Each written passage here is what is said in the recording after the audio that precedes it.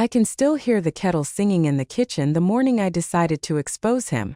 It was an ordinary little sound, thin, high, nothing like the tidal roar that lives outside our windows. I made tea the way I always do. Green steep too long, the water slightly too hot. The porch door was cracked open for the cat, and the smell of salt came through, cold and clean. Daniel was at the table with the newspaper rolled up around his coffee mug. Lily had a backpack at her feet, hoodie zipped to her chin, scrolling through her phone with the solemnity of someone reading a slow-burning secret. I had been thinking about a small thing. A message I found, a photograph, a lie rearranged to sound like truth. The seed of it had planted months ago, when Mara started to tell a story at book club about a wild affair she once had. Everyone listened. Her voice picked up colors as she spoke. After that night, Mara wove the tale into other conversations.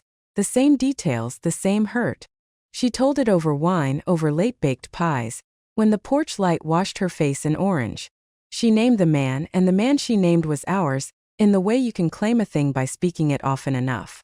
She said the affair had happened years ago, right while Daniel and I were trying to save a marriage that was already splintering. 10:01 asked for proof.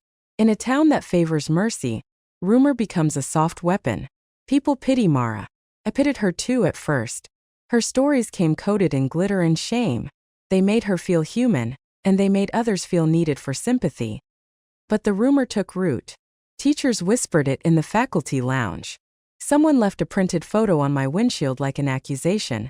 Daniel laughing with Mara at the high school play. Daniel arm slung where an arm shouldn't be. Daniel too close. The photograph could be seen as anything. A friendly gesture, a mistake. But the mind has a way of wanting stories that make sense of the small chafes. If a story gives you a place to stand, the town will take the view as gospel that I didn't want to believe it. Daniel and I had scavenged our marriage back from a low place. We had bled apologies into the corners of our house and found that our daughter, Lily, still liked to sit on our laps. We had signs of mending. Slow dinners, a trip to a beach with the kind of honesty you can only get when sand gets cold between your toes. Daniel's confessions earlier that year were small, private things that had cost him an evening of not sleeping. We talked in the dark about them. I forgave with the fatigue of someone who has been trained to preserve a home. Mara's story turned that fragile piece into glass. She told it as a truth that needed witnesses, and soon enough the town had become 1.1 night. 2 months before our anniversary, I found an email. It had been sent to my school address, with only an attached image and one line. You deserve to know. The attachment was a screenshot. Mara's insurance bill, complicated medical terms, and a handwritten note in the margins that read, "He was with me. He left me. He knows it's his." The handwriting was not Daniel's. The details were fuzzy, an address, an old calendar with a circled date. But the note had been placed there like bait. I started looking. Not for the man the town whispered about, but for the way the lie had been crafted. People tell lies for different reasons. Some do it to protect themselves, some to punish, some to be seen. Over weeks I watched Mara through the glass of conversation. She spoke as before, but the flavor had shifted. Her words about the affair sounded rehearsed, like someone reciting a confession that had been edited for dramatic effect. Sometimes she'd close her eyes mid-story and breathe, as if she were testing if the air around the truth was still breathable. At the library, behind the stacks of biographies, I asked a woman who used to work at the clinic about the dates in the screenshot. She sighed and said that the patient was in the system as ME, and that confidentiality prevented more. But there was a file note that someone had come in with a child, name unknown, and they had asked to keep a particular father's name out of the record. The nurse's eyes had been pale with something like fear. Fear. That word thudded in my chest. I hired a private investigator. I didn't want the town to feed me stories. I wanted the bones of truth.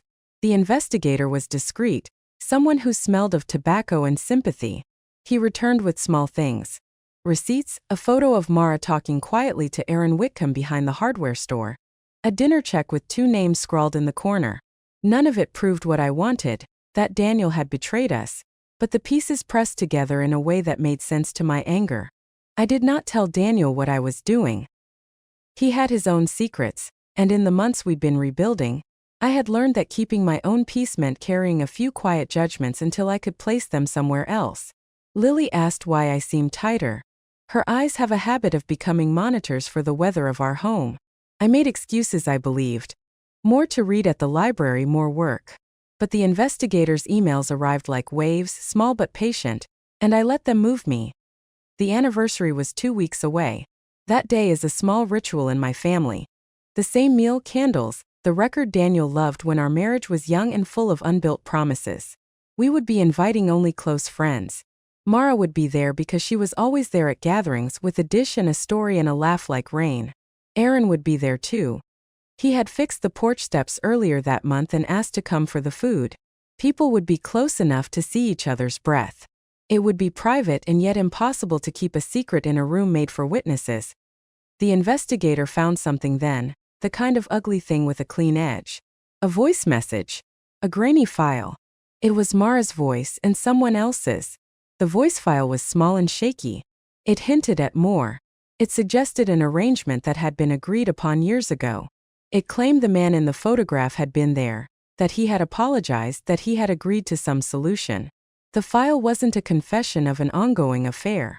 It was the sound of someone mapping a lie. When the investigator told me the file could be authenticated, that the other voice matched Aaron's, I felt a brittle, scalding pleasure. It would be simple. I would show the audio at the party. I would watch the man who had ruined us in slow, small movements. I would not scream. I would present evidence and let the town do what the town always does.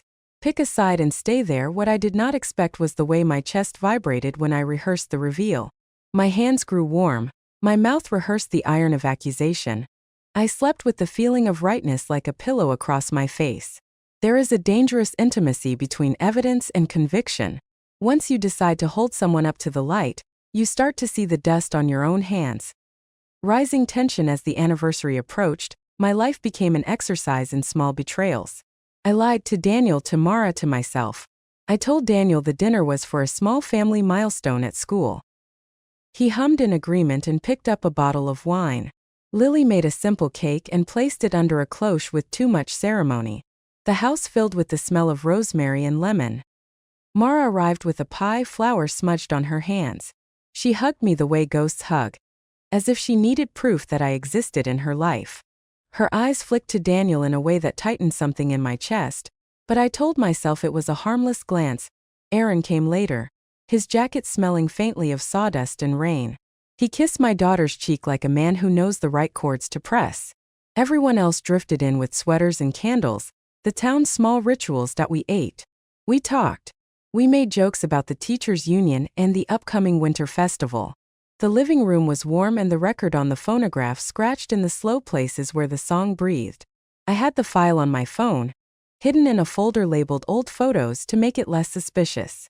My finger found the screen like a muscle memory.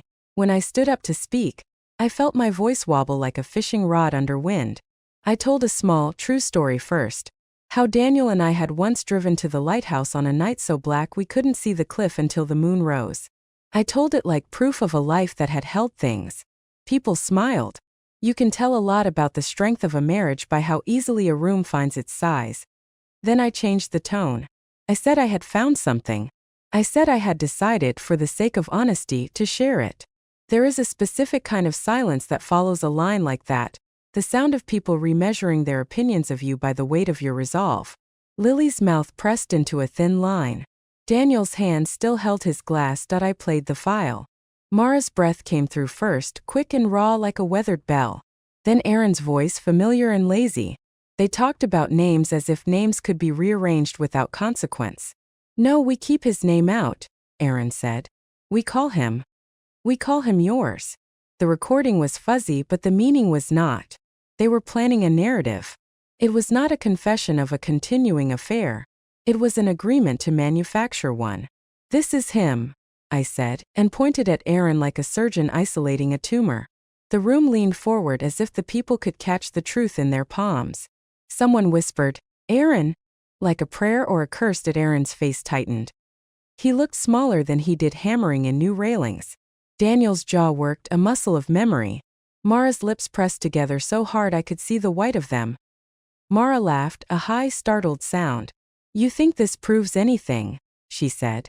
Do you know what it is to be desperate, Emily? To have your life hanging by a thread? You don't know what it is to come home and be empty. My anger was a sharpened thing in my mouth.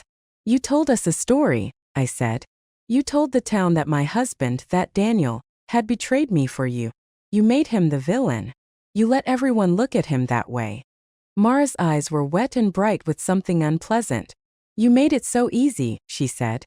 Why would I say such a thing for no reason? You think I'd want this? I had visualized this moment 100 times. In my mind, the room went silent. People would look away from Aaron. Daniel would be vindicated. Mara would be ashamed. The truth laid out in a file would slide into place and the edges would catch. But people are not the same as the plans you make about them. Aaron folded his hands together like a man trying to pray. I know how this looks, Sam, he said. He used my name in a way that sounded old and careful. There are ways people use your name to keep you tethered. But you should hear what I have to say. His eyes were not gambling. They were steady in the way of someone who had sharpened himself for an argument, and no one generally expects a defense to reshape a revelation. The file showed plotting. The file suggested manipulation. The file is one bone in a whole body story. Aaron's defense was plain. He said he had been trying to help Mara, that she had asked him to play along because she feared for her safety, because she had wanted a fall guy to protect someone more vulnerable. A child, he did not say immediately. The room waited. It wasn't about cheating, Aaron said finally. It was about hiding something worse. She wanted people to believe she was a single woman who'd had an affair because she feared they'd ask about the baby. She thought if she made herself look small, they'd mind their own business. Lily's face crumpled, and she put a hand to her mouth. The story reframed itself in the room like light shifting on the harbor.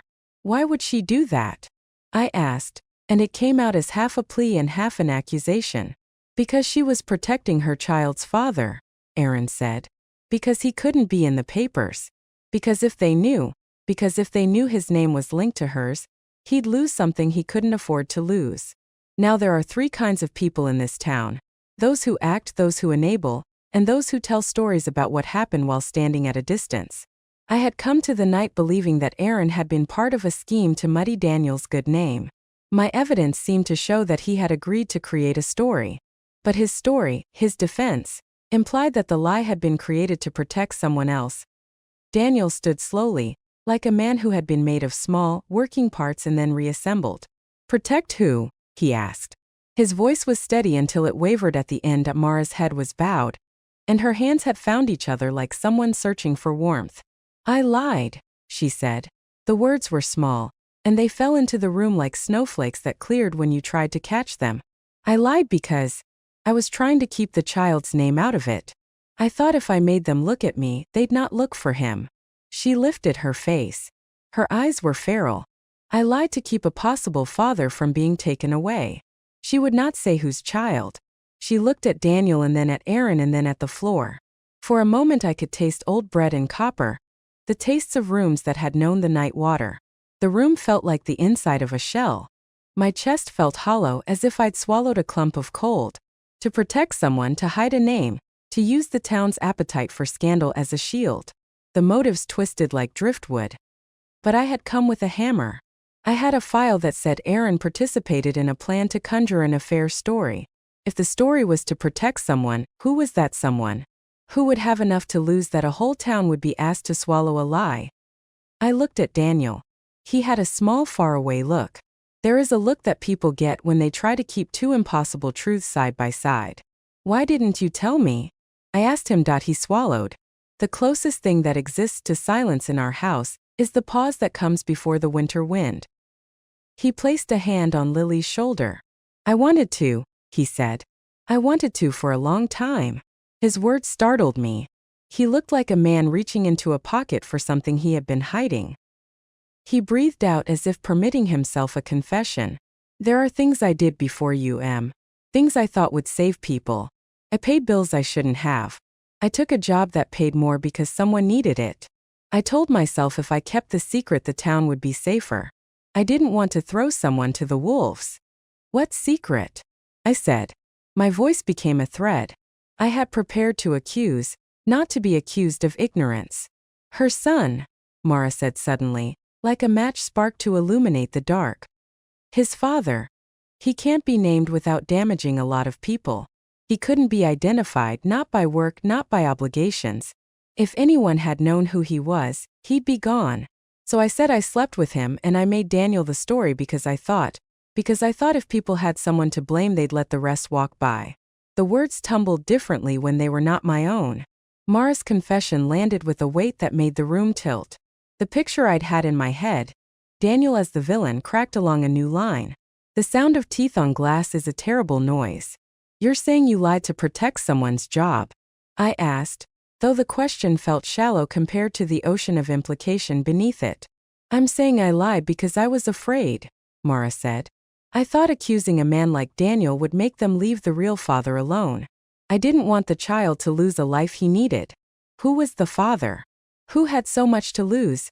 Before anyone could answer, the front door opened and he stepped in like all the rest of us. Damp coat, quiet shoes.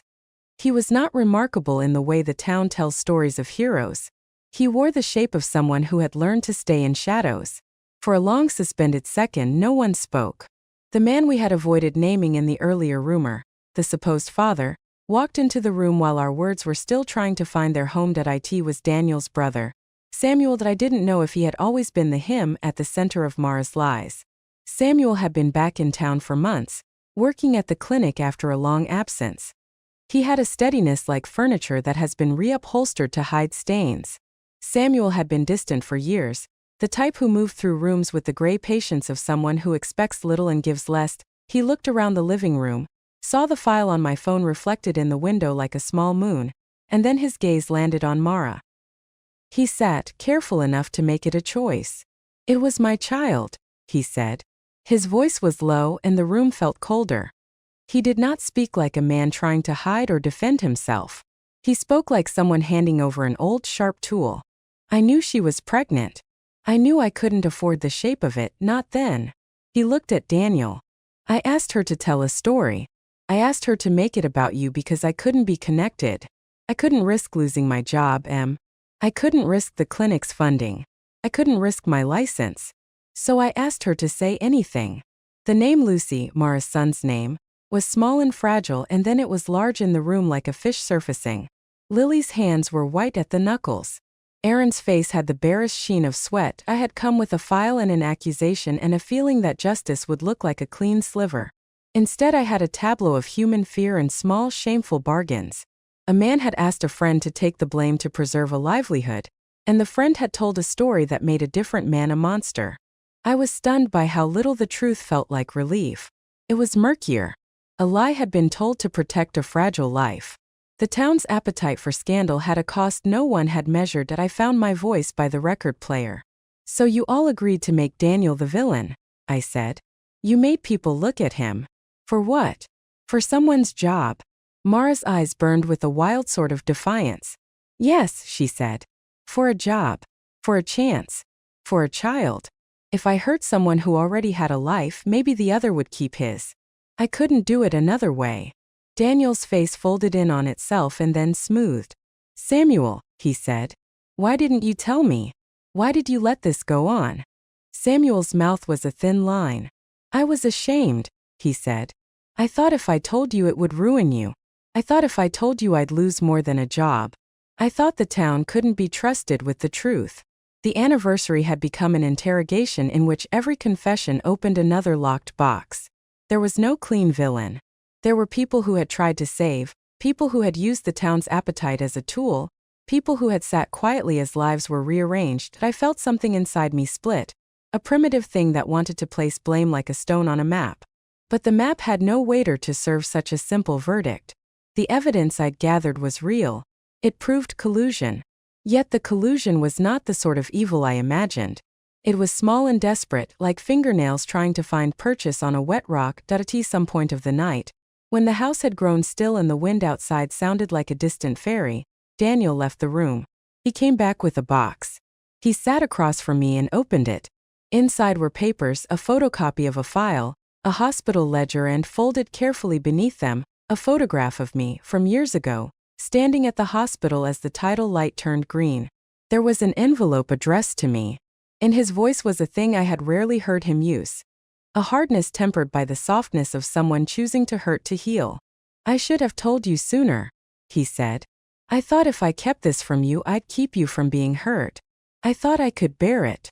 We had spent years covering for each other's crimes, for each other's frailties, making deals like bad architecture. Daniel confessed then what I had mostly suspected in the small ways he had avoided answers. Years ago, before Lily, before the real softening, Daniel had had a one-night thing. It had been brief and messy, and it had left him gutted with shame. He had sworn to me afterward that it was over, and that he'd never do it again. He had been honest eventually. We had stayed and rebuilt. We had done the slow, ugly work of marriage. But Samuel's involvement, Mara's lies, they had nothing to do with that. They had to do with a fear so practical and human that it made me dizzy. A fear of losing a livelihood, of being judged by a town that eats mistakes like saltfish. Climax. If you imagine a courtroom, you picture the hawk-eyed judge, the clean verdict. My living room had none of that. Instead, it had a family room of people who had cut corners to survive, who had lied to save small things and lost larger ones in the process. I had intended to expose Aaron for participating in a lie that had ruined Daniel's reputation. I had not imagined exposing Daniel himself in public. Yet once everything had unspooled, I could see the possibilities laid out. Revenge, redemption, fracture. I made a choice then I did not anticipate. I rose, steadied my breath, and told everyone I wanted to step outside. The porch felt like a different climate, wind raw, the harbor lit with white slit lights. The town sky was a pan of iron. The air chewed on the flint of my plans and spat them out. I am sorry, I said finally, standing at the edge of the porch railing like a woman who had been waiting to be pushed. I am sorry to you all. I thought I was carrying a truth. It turns out I was carrying pieces of one. Daniel came up beside me. He placed the box on the porch floor. His hand found mine and did not ask for permission. I could feel the small tremor of him, the man who had kept secrets for reasons he now spoke of. Lily was at the doorway like a sentinel. The rest of the guests were inside, their conversation like the dull tide. I plan to expose Aaron tonight, I said. I plan to shame him for his part. I wanted to make the town understand why I'd believed a story for so long. He nodded. I know. He surprised me then. Daniel turned to the quiet dark harbor and said something I hadn't expected. He had known about much of this for months. He had known about Mara's arrangements. He had known about Samuel's fear because Samuel had come to him in the late summer and admitted enough for Daniel to understand the stakes. Daniel had chosen to keep the secret because he thought the cost of truth would be greater. He thought the town would not be able to hold it gently. And you let me walk into this with my evidence, I said, feeling like a child accusing someone older. There was no playfulness in me now. You let me collect proof and build my case. I thought you'd been right to look, he said. I wanted you to see how ugly the world becomes when we don't ask questions. Perhaps I thought you'd uncover a different thing. I thought if you saw the full cost, you'd understand why I had stayed quiet. The story tilted again. His hands were warm on mine. I didn't expect you to put someone on trial at home, he added. I didn't expect you to choose spectacle. Spectacle. The word is a shallow thing until you are the one making it. I had wanted a reckoning. I had wanted the storm. Standing there, I felt like someone who had set a bonfire and now watched it lick at the barn. I wanted justice, I said. I wanted to pay someone back for stripping my husband of dignity. He looked at me very softly, like a man deciding whether he could ask for a truth at the cost of another's day. We all wanted things. But the way to them wasn't to make a man a scapegoat.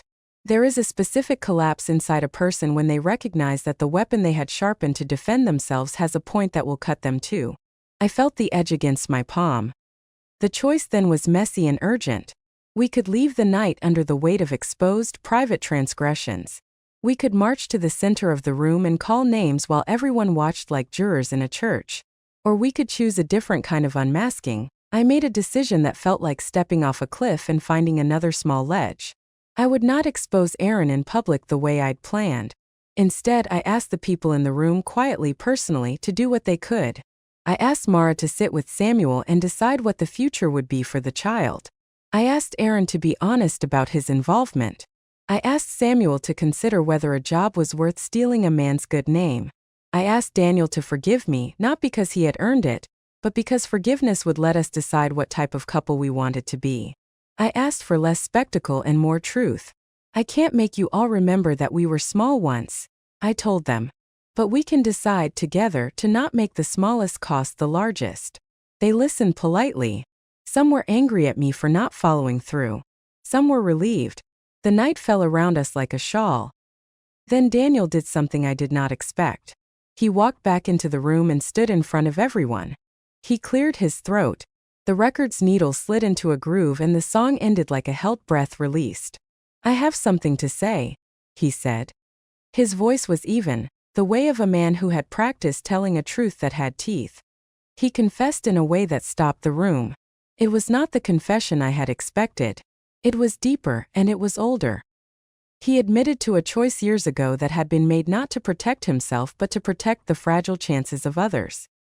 He admitted that he had, at a moment when he could have walked away, paid a woman's medical bills anonymously because he knew what it was to be poor and desperate.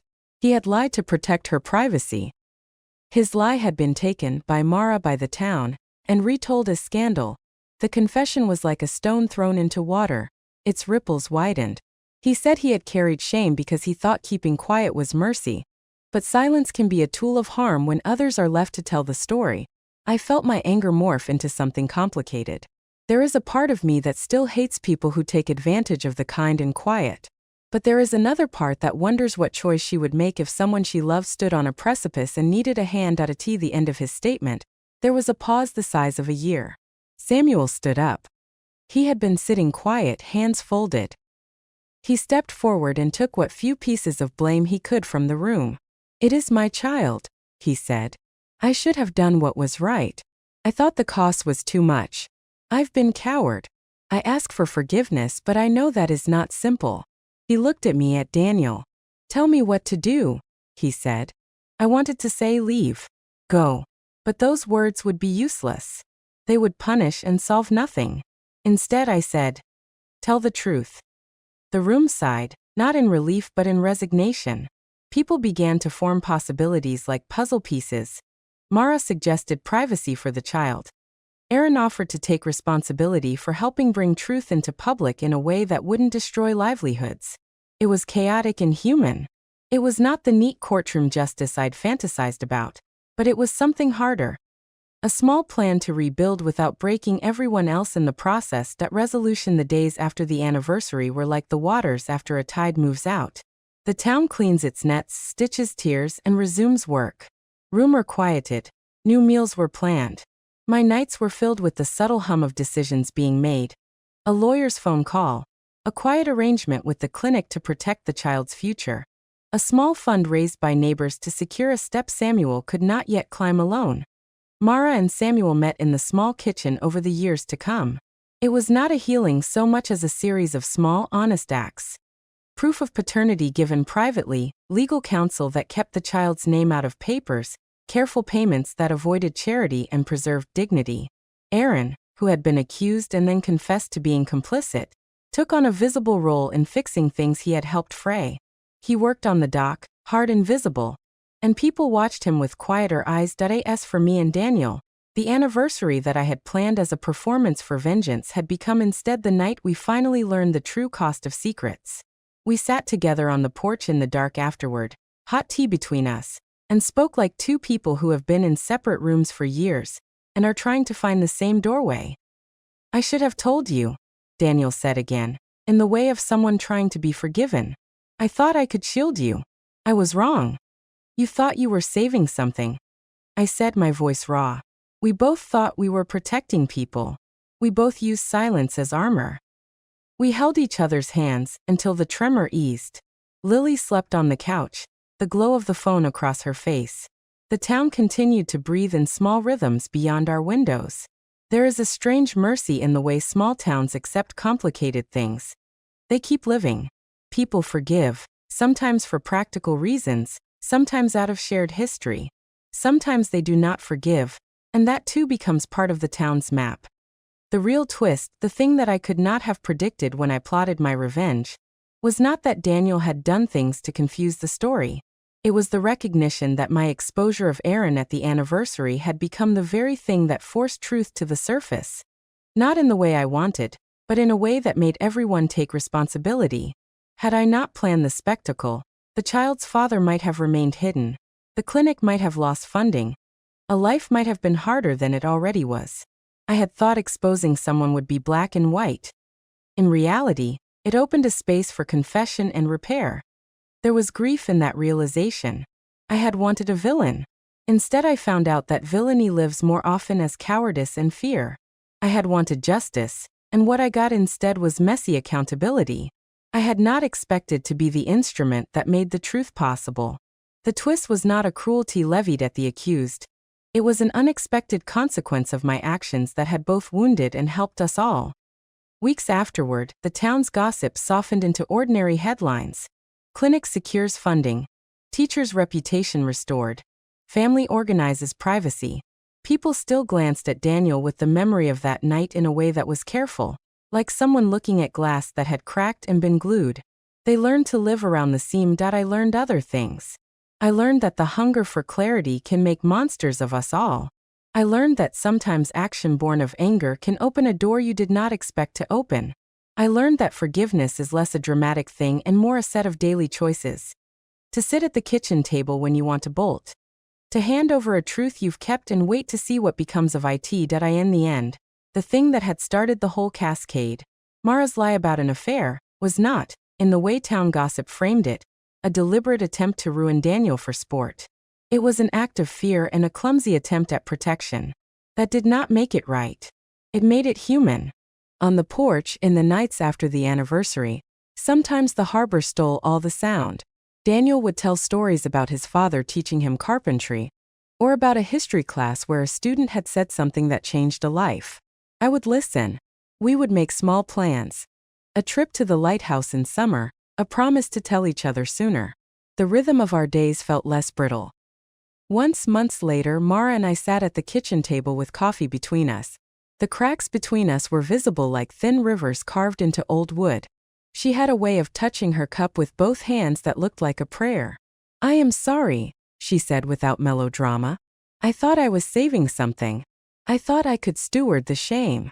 "I know," I said, and it was true in the way the sea is true, relentless and simple. "But you made someone pay for that protection." She nodded, tears steady as rain. "I know. I will do what I can." We made no great speeches of friendship. We made small agreements, boundaries, honesty, counseling. The town would watch and sometimes forgive and sometimes forget. The last part of the story is quiet. Lily turned 14 and brought home a painting of the harbor that was all heart and blue. Daniel returned to teaching with something softer in his gaze. Aaron did honest work with his hands. Samuel found a rhythm to his responsibilities that didn't require hiding. Mara tended to the child with a fierce, careful love and did not tell stories to fill the silence.